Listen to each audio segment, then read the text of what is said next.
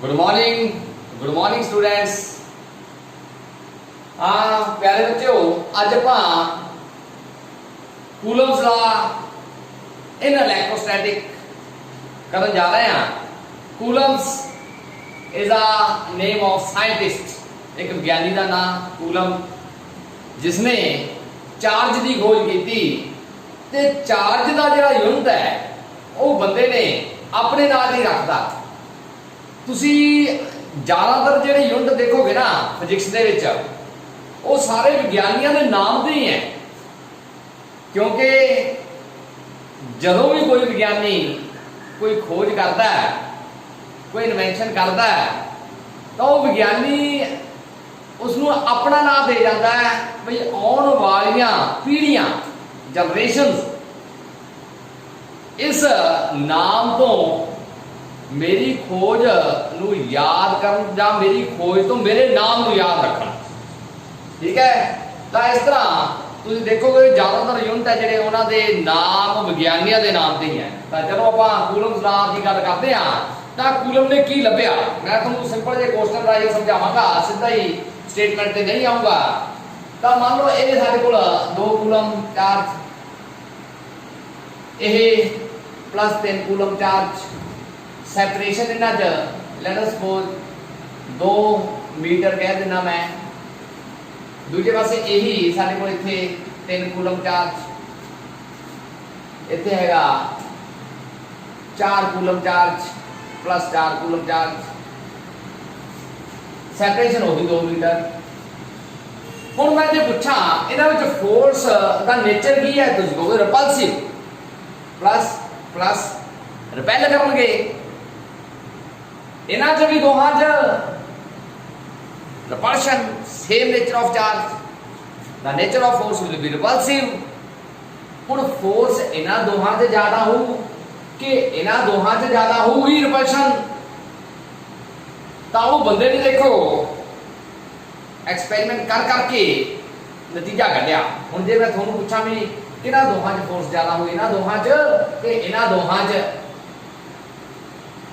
हुण तुसीं भी सोचोगे तो सानू ही प्रैक्टिकल करने पैणे है, पर प्रैक्टिकल करने की लोड़ नहीं। वो बंदे ने प्रैक्टिकल करके रिजल्ट थोड़े सामने रखता।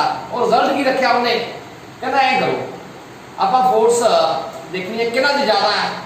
उन्हें प्रैक्टिकल करके एक रिजल्ट कढ़िया की, कहना ये जेडे अगे नंबर है ना, मैग्नीट्यूड चको, सिर्फ मैग्नीट्यूड 2 ते 3, इहदा चार्ज नहीं देखना। अगे 2 ते 3 दी गुणा करो, कितना बनया 6। हुण 3 ते 4 की गुणा करो, उन्हें देखा 3 ते 4 की गुणा कितनी बनी 12। हुण उन्हें देखा भी ये फोर्स उस उन्हां दोहां विच दी फोर्स नालों इन्हां दोहां विच फोर्स है जिहड़ी वो डबल है। उन्हें 3-4 बार यही अलग अलग पॉइंट चार्ज लैके उन्हां विच फोर्स देखी, उन्हें हमेशा यही पाया, यही लभ्या कि जे मैं 2 चार्जां की गुणा करना, जिन्ना ज्यादा उन्हां दी गुणा करने तो बाद रिजल्ट निकलता है उन्नी ही ज्यादा फोर्स हुंदी है। तो वो बंदे ने अपनी स्टेटमेंट च पहली गल कही फोर्स ऑफ इंटरैक्शन। इंटरैक्शन का मतलब की है, इत्थे मैं 2 प्लस लए, जे मैं इत्थे माइनस भी ले ला ना तो फोर्स अट्रैक्टिव हो जूगी, पर फोर्स दी मैग्नीट्यूड उन्नी ही रहनी है, फोर्स अट्रैक्टिव हो जू। इन्हां दोहां च फोर्स रिपल्सिव है। तो कहने का मतलब चार्ज जे अपोजिट नेचर दे आ तो फोर्स अट्रैक्टिव कहनी है, जे चार्ज सेम नेचर दे आ तो रिपल्सिव होंदी है। ये रिपल्सिव ते अट्रैक्टिव फोर्स को इकट्ठा ही लिखता, फोर्स ऑफ इंटरैक्शन। वो बंदे ने एक ही शब्द दे विच 2 ही फोर्सेस कह दियां, कोई चाहे फोर्स रिपल्सिव है चाहे अट्रैक्टिव है। वो बंदे ने कहता फोर्स ऑफ इंटरैक्शन, ये 2 ही कवर हो गया। Between 2 point charges, between 2 point charges is directly proportional.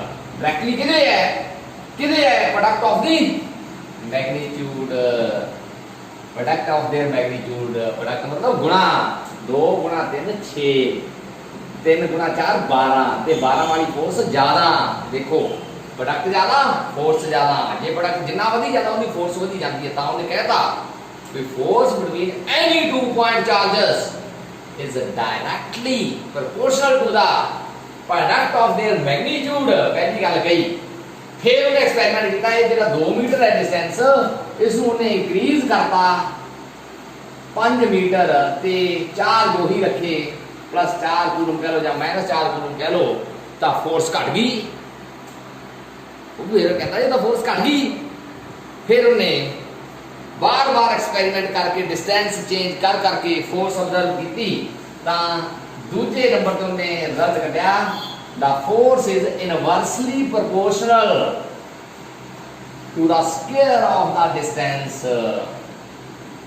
जेड़ा डिस्टेंस है पॉइंट चार्जां विच जेडी फोर्स है उसके स्क्वायर दे इनवर्सली, ये गल याद रखनी है। मैं देखा स्टूडेंट्स हैं जेडे वो आम करके स्केयर भुल जाते हैं। स्केयर का तो बहुत बड़ा इन्फ्लुएंस है, आप आगे देखेंगे। जब आप स्केयर नहीं लिखते कला इनवर्सली लिख लेने तो टोटली स्टेटमेंट गलत हो जाती है। तो स्केयर को ध्यान रखना, square of the distance between them when they are placed in vacuum. ये गल भी बच्चे नहीं लिखते, ये भी आप लिखनी है भाई जदों चार्ज पार्टिकल वैक्यूम च रखे जाते हैं ना उदों की ये गल कर रहे हैं। फोर्स का मतलब मीडियम के उत्ते भी डिपेंड करती है कि मीडियम किहड़ा, पानी च रखे हैं पॉइंट चार्ज, हवा च रखे हैं पॉइंट चार्ज, या किसी होर मीडियम च रखे हुए हैं पॉइंट चार्ज, तो फोर्स उस पर भी डिपेंड करती है, मीडियम से डिपेंड करती है। फिर अगे आप देखेंगे तो करके ये देखना जरूरी है कि जो ये हवा च रखे होंगे या वैक्यूम च रखे होंगे हैं। ठीक है, तो हम देखो असं नतीजा की कटिया इस स्टेटमेंट तो जी फोर्स है वो प्रोपोर्शनल है डायरेक्टली किदे product of the magnitude of the charges. Product मतलब गुणा है, जे पा दोगे गुणा का निशान कोई प्रॉब्लम नहीं, प्रोडक्ट का सारे भी यूज कर सकते हैं। And inversely square of the distance, distance they square they inversely है। मैं इतने दो चार्ज पॉइंट चार्ज ले हैं Q1 Q2 दो पॉइंट चार्ज है, इन्हां दी सैपरेशन है जी डिस्टेंस है वो R लिया, तां करके क्या जी फोर्स है इन्हां दे विचाले जे सेम नेचर दे हैं तो अट्रैक्टिव हो, जे अपोजिट दे हैं तो ना जे सेम नेचर दे ना हाँ attractive sorry repulsive, opposite nature दे तो अट्रैक्टिव। ठीक है, तो फोर्स कितनी होगी directly proportional to the product of the magnitude. इन्हां दे मैग्नीट्यूड का प्रोडक्ट करना है, मैग्नीट्यूड का मतलब कोई प्लस माइनस साइन नहीं लेने, तो inversely proportional to the square of the distance between them. Proportional की सिंपल हटाउण लई असीं ला दिंदे हां कांस्टेंट k दैट इज ये साडे कोल कूलम्स ला बन गया। तो हुण मैं जे k की वैल्यू को एक्सपेरिमेंटली फाइंड की जी उस बंदे ने that is 1/4 pi epsilon not, k ਨੂੰ इलैक्ट्रोस्टैटिक कांस्टेंट भी कहते हैं, k ਨੂੰ ਅਸੀਂ ਕੀ ਕਹਿੰਦੇ ਆ इलैक्ट्रोस्टैटिक कांस्टेंट 1/4 पाई एप्सिलॉन नॉट। तो इसकी वैल्यू है जी 9 गुणा 10 की पावर 9। ठीक है जी, तो जे मैं हुण कहां वे यूनिट की होणगे के दे यूनिट कढने, इस एक्सप्रैशन को याद रखना, इतों कर सकते हैं आराम नाल। ये के एको पासे ध्यान च रख के सारियां वैल्यूज इधर इंटरचेंज करो तो तुम देखोगे के बराबर होगा FR² बटा Q1 इंटू Q। ये हो गया। हाँ जी, इतों यूनिट बनाओ हम फोर्स का न्यूटन, डिस्टेंस स्क्वायर ऐसा यूनिट बना रहा मैं metre square, coulomb coulomb that is -2। ये यूनिट है। इतने मैं परमेबिलिटी है जी है सॉरी परमिटिविटी एप्सिलॉन नॉट की है इलैक्ट्रिकल परमिटिविटी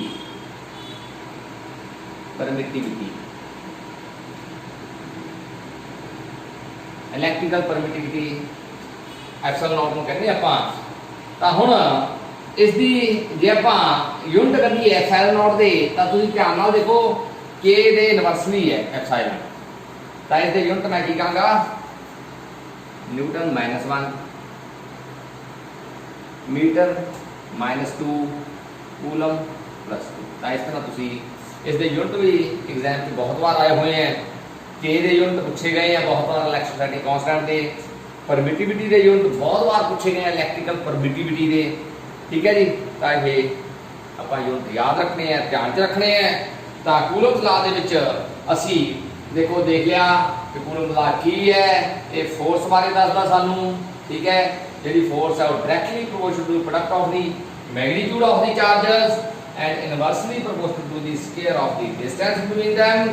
फिर असी लाया कांस्टेंट जिन्होंने कहते हैं इलैक्ट्रोस्टैटिक कांस्टेंट। इसकी वैल्यू एक्सपेरिमेंटली फाउंड की हुई है, that is 9 × 10⁹ newton metre square coulomb -2। तो एप्सिलॉन नॉट की है उरे इलैक्ट्रिकल परमिटिविटी। तो यह इलैक्ट्रिकल परमिटिविटी किहदी है, नॉट का साइन देखो इतने नॉट है, तो यह एयर भी कह सकता इलैक्ट्रिकल परमिटिविटी ऑफ एयर या वैक्यूम। तो इसकी जी यूनिट है न्यूटन -1 मीटर -2 एंड कूलम +2। तो यह साडे कोल देखो उम्मीद करता तुहानू कूलम लॉ बारे क्लीयर होया। इस तो बाद आपां अगे गल करांगे दे डायमेंशन फार्मूले of epsilon not electrical permittivity का। तो आपां देखदे हां dimension formula of electrical permittivity. हाँ देखो आपां एप्सिलॉन नॉट का यूनिट कर लिया। ठीक है, तो हुण आपां एप्सिलॉन नॉट जी इलैक्ट्रिकल परमिटिविटी है उसकी वैल्यू तो उसका डायमेंशन फार्मूला की है इसकी गल करांगे। तो एप्सिलॉन नॉट की वैल्यू है जी ये देखो 1 नंबर च बहुत बार क्वेश्चन पुट किया गया।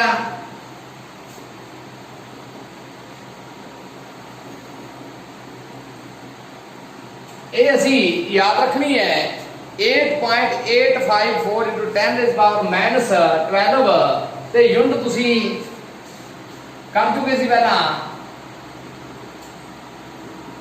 यह यूनिट है किसदे इलैक्ट्रिकल परमिटिविटी दे ऑफ फ्री स्पेस। ठीक है जी, तो ये साडे कोल एप्सिलॉन नॉट दी वैल्यू आ गई। हुण डायमेंशन फार्मूला मैं यूनिट तो ही बना सकता। डायमेंशन फार्मूला तुहानू एक चीज याद करने की लोड़ है, सिर्फ उहदा तुसी यूनिट किवें करना। हुण ये यूनिट का यूज करके मैं डायमेंशन फार्मूला बनाऊंगा। कूलम का डायमेंशन फार्मूला होता है current into time, current into time, current का एम्पीयर टाइम का टी, 10 स्क्वायर है देखो ऊपर। न्यूटन किहदा यूनिट है फोर्स का, फोर्स का dimension formula m1 L1 T-2। Metre की है डिस्टेंस, डिस्टेंस का स्क्वायर माइनस स्क्वायर। तो जे हुण मैं सॉल्व करा तो a² t² -1 ਨੂੰ अंदर मल्टीप्लाई करिए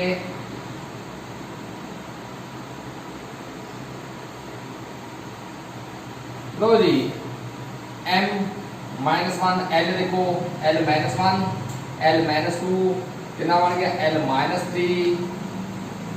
हाँ जी आगे चलिए। हाँ जी टी की वैल्यू देखो t² t दी 4, a की वैल्यू देखिए a दी 2। ता जे देखो ध्यान दो कूलम है करंट इनटू टाइम का square, force m1 L1 T-2 ऊपर -1 मीटर इनवर्स स्क्वायर L-2 ता a² t² मैं सानू अंदर मल्टीप्लाई किया m-1 L-1 T-2 सॉरी +2। ठीक है जी, उस तो बाद साडे कोल आ गया L-2 ता m-1 L-1 -2 -3 T4a +2 and this is the dimension formula. So square देखो एक होर क्वेश्चन जिहड़ा कि इलैक्ट्रोस्टैटिक च पूछा गया बहुत बार, डेफिनेशन ऑफ 1 कूलम। पहला आप 1 नंबर का क्वेश्चन जिहड़ा कीता ਉਹਦੇ ਵਿੱਚ ਅਸੀਂ ਦੇਖਿਆ एप्सिलॉन नॉट इलैक्ट्रिकल परमिटिविटी ਦੇ यूनिट ਤੇ ਉਹਦਾ ਡਾਇਮੈਂਸ਼ਨ ਫਾਰਮੂਲਾ, ਉਸ ਦੀ ਵੈਲਿਊ।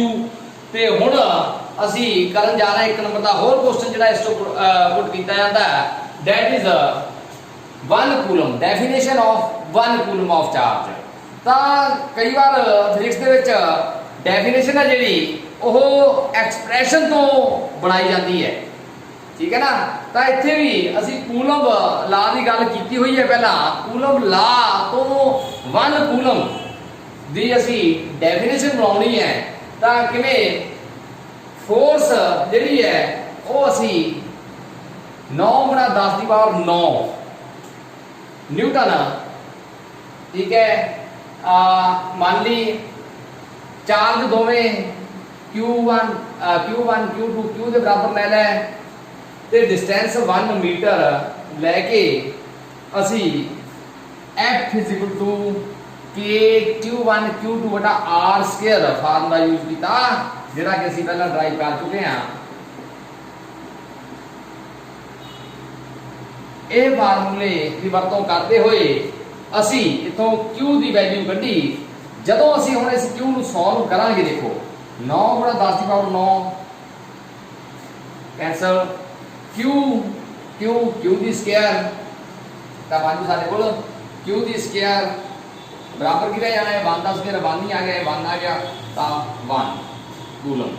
तो Q कला गया जी प्लस माइनस 1 कूलम, ठीक है जी। तो हुण जे मैं देखो इथों एक कैलकुलेशन तो एक कंसीडरेशन तो मेरा रिजल्ट की आ गया 1 कूलम। एक कंसीडरेशन जिहड़ी है ये सारी मैं डेफिनेशन से इन्वॉल्व कर देनी है। भाई चार्ज 1 कूलम कदों बने, कदों कहे जाते हैं, charges are called 1 coulomb if the force of repulsion. मैं रिपल्शन क्यों कही है, क्योंकि मैं दो चार्ज सेम नेचर क्यों लए हैं, दो सेम नेचर के लए हैं।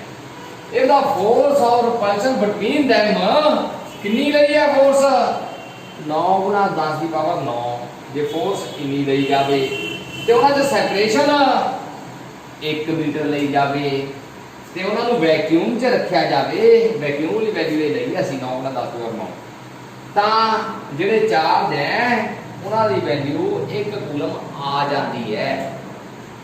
जे उन्हां विच फोर्स 9 गुणा 10 की पावर 9 होवे, सैपरेशन चार्जां च 1 मीटर की होवे, उन्हां नूं वैक्यूम च रखिया होया है तां वो चार्ज 1 कूलम हुंदे हैं, ठीक है।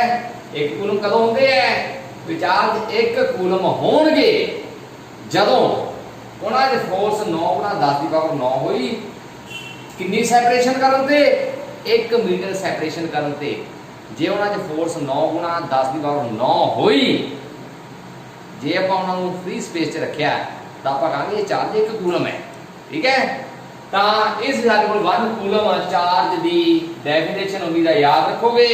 तां एक करंट दे एक्सप्रैशन तो ही एक डेफिनेशन दित्ती गई है काफ़ी बुक्स दे विच।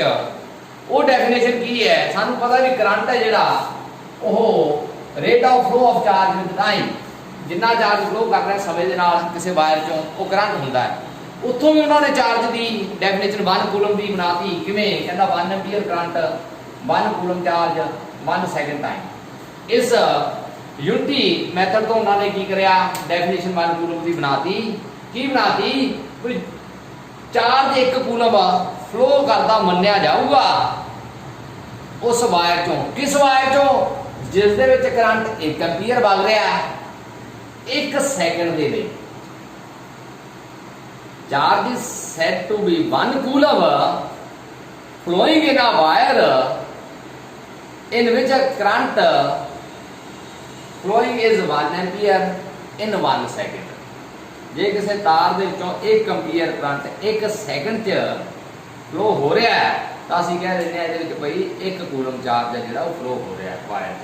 तो इस तरह करंट ते चार्ज के रिलेशन तो भी इसकी डेफिनेशन बनाई गई है, पर असी कूलम ला की गल की है, इलैक्ट्रोस्टैटिक की गल कर रहे हैं असी, इस करके असी इसे डेफिनेशन को प्रेफर करांगे।